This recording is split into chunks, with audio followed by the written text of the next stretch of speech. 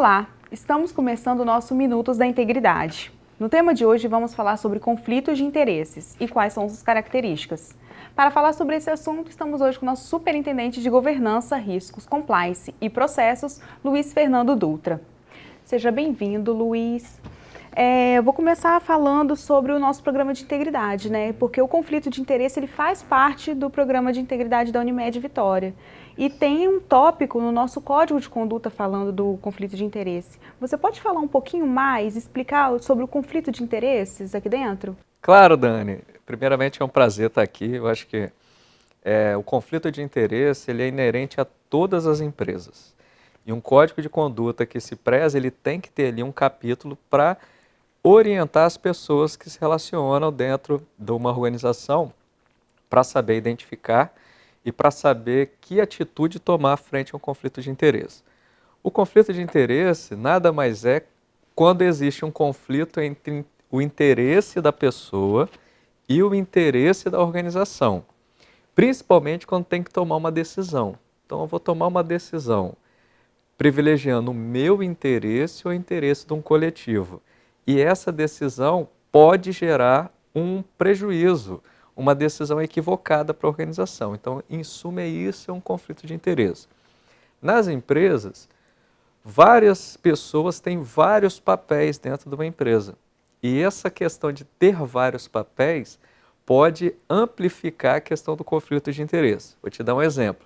Aqui na Unimed Vitória, eu sou colaborador, funcionário, mas também sou cliente.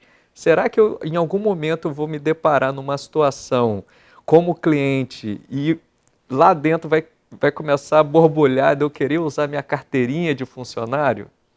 Então isso é um conflito de interesse.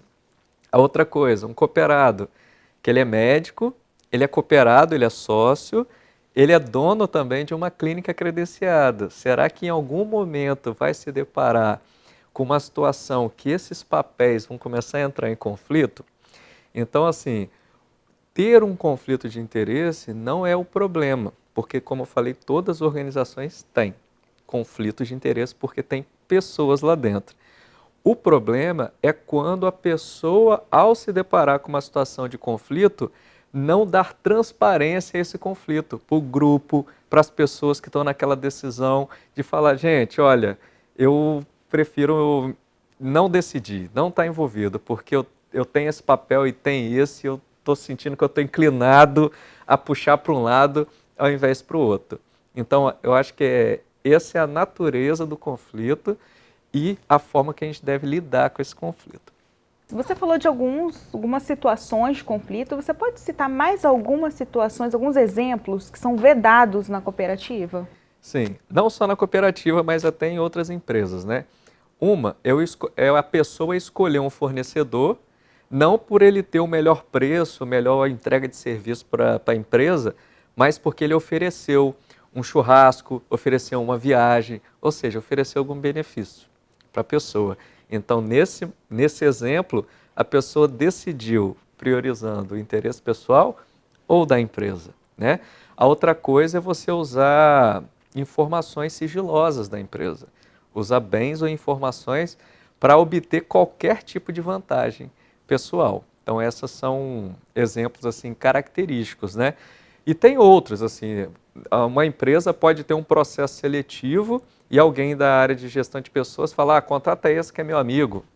Isso é um conflito? Pode ser que não seja o melhor funcionário para aquela organização. Então, como é que você tenta mitigar ou reduzir o risco disso? Criando mecanismos, ferramentas, para lá na frente a gente conseguir identificar e minimizar um pouco esse tipo de conflito, né? Uhum. Você falou aí de ferramentas. Você pode falar sobre qual o papel do compliance nessa fiscalização, no uso de ferramentas de mitigar o conflito? Isso é importante, Dani. O compliance, ele tem uma parte do papel e as pessoas da organização têm uma outra parte extremamente importante. Então, a parte do compliance, primeiro, é educativo. Ela está colocando, esse vídeo é uma ferramenta educativa, né? A outra questão é o que o compliance pode fazer e faz, é definir processos, mecanismos, ferramentas para ajudar a identificar, a prevenir ou até reduzir a baixos índices de risco esse conflito. Outra questão também que o compliance pode fazer é, dado que identificou, quais são as ações recomendadas para que aquele conflito seja minimizado e não gere prejuízo para a cooperativa.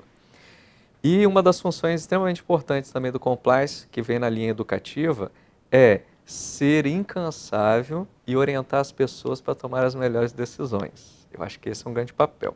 Agora, o outro lado tem uma responsabilidade muito grande das pessoas, porque o conflito, ele precisa primeiro ser sentido para a pessoa. Eu estou numa situação de conflito. Então, deve partir da pessoa a busca pela transparência, pela integridade de falar, gente, eu estou me sentindo numa situação de conflito. Eu prefiro não decidir, prefiro não estar envolvido, porque eu posso lá na frente escorregar e não tomar a melhor decisão. Então, acho que é um conjunto de papéis técnicos do compliance com a responsabilidade da integridade de cada pessoa. E é qualquer pessoa na organização. É do presidente a todas as funções administrativas. Você falou de todas as pessoas da organização. Depois que a pessoa sai da Unimed, depois que ela encerra as funções aqui dentro, tem situações que pode ainda gerar conflito de interesse? Tem. Porque quando você está dentro da organização, naturalmente, vamos chamar assim, o seu contrato de trabalho, as relações que você tem, você teve acesso a informações estratégicas, a informações sigilosas. Então, quando você encerra um contrato de trabalho ou sai de uma empresa, você pode estar inclinado a usar essas informações para obter vantagens pessoais. Então, isso pode gerar prejuízos para a sua ex-empresa, só que você partiu de um contrato. Né? Um cooperado, no nosso caso da cooperativa, um médico que é cooperado, ele pode deixar de ser cooperado e amanhã ser médico e sócio de uma empresa concorrente da Unimed Vitória.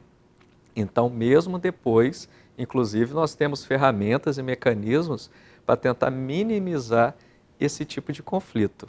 Luiz, então para encerrar aqui, se a gente descobrir, souber de algum dessas condutas, né, que configura o conflito de interesse, o que a gente tem que fazer? Quem a gente tem que procurar?